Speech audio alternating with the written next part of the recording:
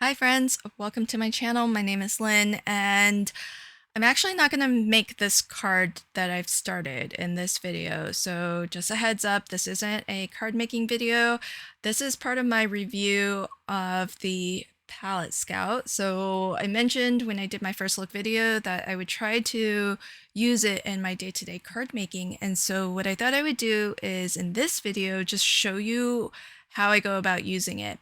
So I colored up these images before I even thought about the Palette Scout. So now what I need to do is actually find a color that is a close enough match to the toaster. That's kind of what I think I will use as the kind of pop-up color. Maybe that will be sort of the focal image color. And so it turned out to be pine. And then I pulled out the pine card and I am going for the triadic color scheme. And the reason why I picked the triadic color scheme is because one of the three colors is daylily, as they're calling it. And that actually seems like pretty close to how I colored the toast. So just with the elements that I've already colored up, I feel like I've already covered two out of the three colors in the triadic color scheme. So that's the main reason why I picked it. Certainly, I kind of feel like the tans and the browns, they're kind of neutral. So I think if I had gone with something else, I could have still used it. But I figured since this palette already includes some of those browns and tan colors, that I would go for it. Even though the plummy purple color, which is called Jewel in the Palette Scout cards, it's really uncomfortable for me. This is not a color palette that I would have picked to use on my own. I definitely, well, I don't even think this color is one that I craft with all that often, but if I do, generally, I think I would use this with teal. But then again, I go to teal is a crutch for me. I kind of feel like everything looks good with teal. Um, so this, I don't know, this just feels really uncomfortable for me. It's just not a color scheme that I don't even think I see it all that often. And I know I definitely have not crafted this color palette before. So what I'm trying to do, I really like the browns and the greens. It's kind of got like a very camo feel to it, like a camouflage feel to it. But I'm very invested in breaking out of my comfort zone with colors. So I'm gonna trust that this is gonna work out. And what I'm trying to do is find a good range of colors now. So one of the things I learned when I got the Palette Scout is that you want to try to find whatever color palette you're using a nice range in colors from light to dark.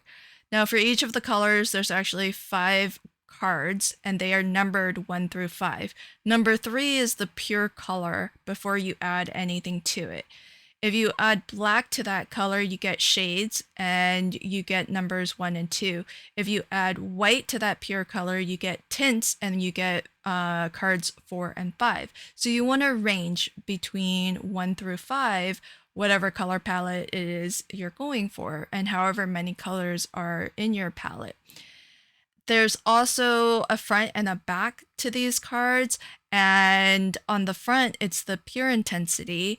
On the back, you get more muted colors or tones where gray has been added to the color.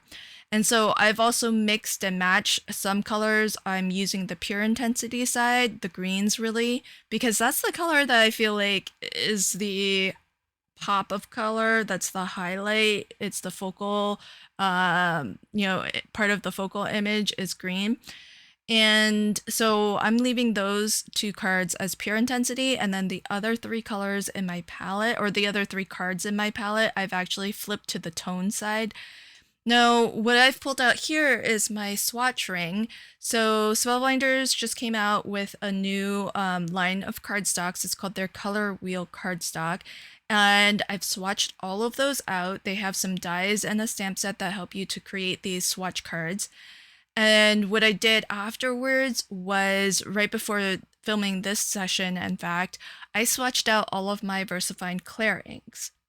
And then I tried to put them on the same color wheel that where I could find similar colors. I put them on the same color wheel. That way, if I'm crafting with a particular cardstock from Spellbinders, I can find readily the inks that are a close match.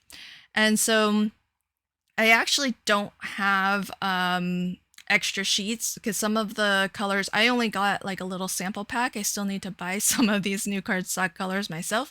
So I just pulled out what I have that's close enough out of my stash. So these are the supplies I'll be crafting with for this card. And here's a look at how the card turned out. Now, if you actually want to see a tutorial on how I made this card, then pop on over to the Trinity Stamps channel where you can find my process video. I'm guest designing this month, and so my video for this card will be on the Trinity channel, and I'll link to that at the end of this video if you want to pop on over and check that out. I'll leave links to everything I used in the description box below, so until next time, happy crafting and have a fabulous day. Bye!